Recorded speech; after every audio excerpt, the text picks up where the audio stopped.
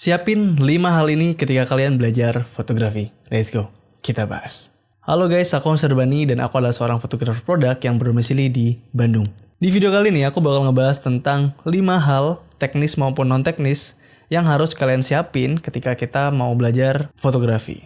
Sebenarnya hal-hal ini tuh bukan hal yang wajib ataupun kalian harus lakuin banget ya. Tapi aku sendiri tuh ngerasa hal-hal ini tuh penting untuk kalian sebagai calon fotografer atau yang punya hobi fotografi gitu. Karena hal-hal ini bisa bakal ngarah ke suatu hal yang baik nantinya untuk kalian. Entah itu untuk karir kedepannya atau untuk sekedar hobi aja atau untuk belajar lebih enak lagi dan lain sebagainya. So, langsung aja kita bahas. Yang pertama adalah tujuan dan goals. Kalian juga harus siapin tujuan dan goals atau target kalian sebagai calon fotografer tuh nantinya bakal kayak gimana. Apakah kalian mau sebagai hobi fotografi aja yang mau dan suka motret di mana-mana untuk mengabadikan momen dengan estetik, atau kalian tuh pengen dapetin duit dari sini, atau kalian juga pengen ngebantuin UMKM, pebisnis, atau apapun gitu. Nah, itu juga kalian harus tentuin.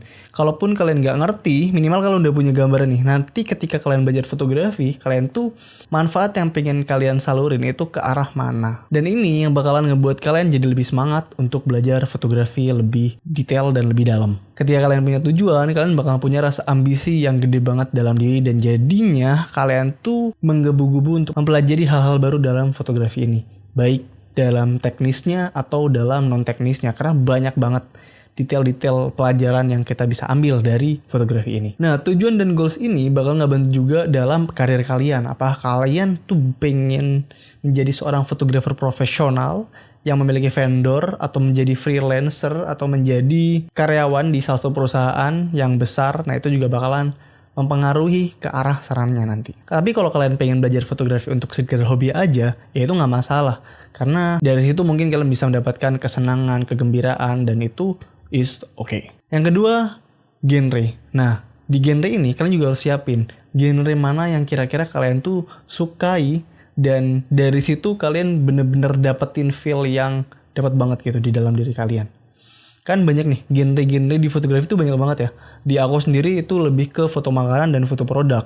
Nah, kalian juga bisa cari entah itu fotografi street, human interest, atau wedding, prewed, atau portrait, atau lebih ke keseniannya. Nah, itu banyak banget. Atau bahkan ke landscape juga.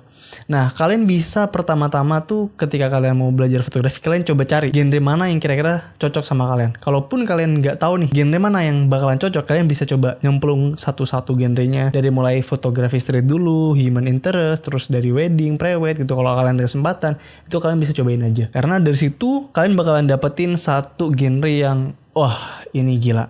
Itu kalian banget gitu. Dan ketika kalian ngelakuin itu, kalian tuh bakalan totalitas, bakalan all out, bakalan wah seneng banget lah. Bahkan gak dibayar pun kalian tuh bakalan lakuin semaksimal mungkin. Dan itu yang bakalan bikin kalian jadi dapetin feel fotografi yang sebenarnya. Kesenian kalian, kreativitas kalian itu bakalan muncul semua di genre yang kalian udah tekuni itu. Aku sendiri nemuin fotografi makanan, nemuin fotografi produk, dan aku juga mencoba hal-hal baru di situ, mencoba eksplorasi, mencoba belajar ke para master, ke fotografer yang profesional, bahkan pengen rasanya bisa menghandle perusahaan-perusahaan yang besar. Itu menjadi salah satu energi yang aku dapetin di situ. Nah, kalian juga bisa cari genre apa yang kira-kira kalian banget, kalian suka, kalian dapetin kegembiraan, kalian bisa ngerasa manfaat, dan itu kalian bisa coba cari juga. Yang ketiga, ini pasti teknisnya, kamera. Ya, ketika kalian mau belajar fotografi, ya pasti kalian harus punya kamera. Tapi tergantung kalian itu mau ke arah mana lagi-lagi. Sesuaiin sama tujuan, goals, dan genre. Karena pasti kamera ini menyesuaikan dari tujuan, goals, dan genre tadi. Misal untuk kamera landscape itu pasti beda nih. Tools-toolsnya. Untuk kameranya, filternya, lensanya itu pasti beda. Untuk fotografi food atau produk itu juga pasti beda. Kamera-kamera yang cocok. Meskipun semua kamera itu juga sama. Digunakannya atau difungsinya mungkin sama gitu kan. Sama-sama aja gitu. Tapi punya karakteristik yang beda-beda dari lensanya. Kalau misalnya di sport, itu kan pasti butuh kamera yang burst-nya juga cepet, lensa tele, dan banyak lah pokoknya. Jadi kamera ini jadi tools yang penting juga untuk mendukung goals dan genre yang kalian bakal tukuin nanti. Tapi buat di awal, kalian nggak usah minder harus punya kamera yang proper, setidaknya kalian udah punya kamera buat belajar fotografi. Apapun itu nggak masalah. Yang penting dari situ kalian mau belajar, kalian mau terus berambisi. Setidaknya dengan kamera yang kalian punya sekarang, entah itu kamera entry level atau kamera pocket atau bahkan kamera HP, yaitu kalian punya ambisi yang besar untuk mencoba hal baru, belajar hal baru tentang fotografi, mendapatkan hasil-hasil yang maksimal, hasil yang bagus, portofolio yang bagus, dan itu bakalan bantu kalian nantinya untuk menabung, berambisi untuk menabung dan membeli kamera yang kalian pengenin juga. Untuk mulai awal pakai kamera HP itu juga nggak masalah sebenarnya. Cuman kamera HP itu banyak keterbatasan yang kalian harus pikirkan lagi gitu untuk belajar fotografi. Tapi nggak masalah, karena fotografi bukan masalah tentang segi exposure, tentang histogram, tentang white balance, enggak. Tapi lebih ke taste, lebih ke keseniannya. Nah yang keempat itu aksesoris-aksesoris yang mendukung ke goals atau genre kalian. Misalnya kalau aku sendiri sebagai fotografer produk, pasti aku butuh modifier yang sesuai sama kebutuhan dari lightingnya. Karena modifier tuh punya karakteristik, sifat, dan lain-lain yang itu berbeda gitu penggunaannya untuk portrait maupun untuk produk makanan gitu. Nah ataupun juga untuk landscape, pasti kan butuh filter-filter tertentu yang bisa mendukung proses foto landscape itu jadi lebih bagus. Untuk tripodnya juga pasti punya penggunaan yang beda-beda gitu pada setiap genre yang dibutuhin. Untuk wedding, lensanya juga pasti beda-beda gitu kan. Nah jadi yang keempat ini yang harus siapin, ini juga penambahan ya dari kamera tadi.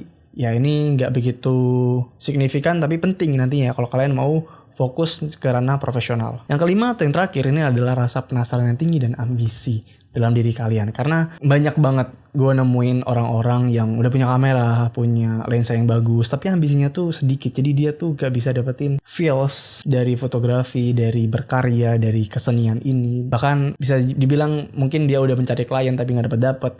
Nah itu banyak banget aku temuin. Jadi ya ketika kalian gak punya gear yang bagus, gak punya gear yang mendukung, setidaknya kalian punya rasa penasaran yang tinggi dan ambisi yang besar dalam diri kalian untuk terus maju dan berkembang. Karena itu yang bikin kalian bisa jadi fotografer profesional. So, mungkin itu aja 5 hal yang bisa kalian siapin untuk atau ketika belajar fotografi.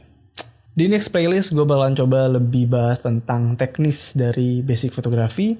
Dan jangan lupa terus subscribe dan nyalain notifnya biar nggak ketinggalan info-info playlist tentang basic kamera ini. Dan like video ini jika ngerasa ini bermanfaat. Komen kalau kalian mau nambahin atau berdiskusi di bawah. Dan share ke teman kalian biar teman kalian bisa dapetin informasi yang bisa kali aja membantu mereka. Thank you.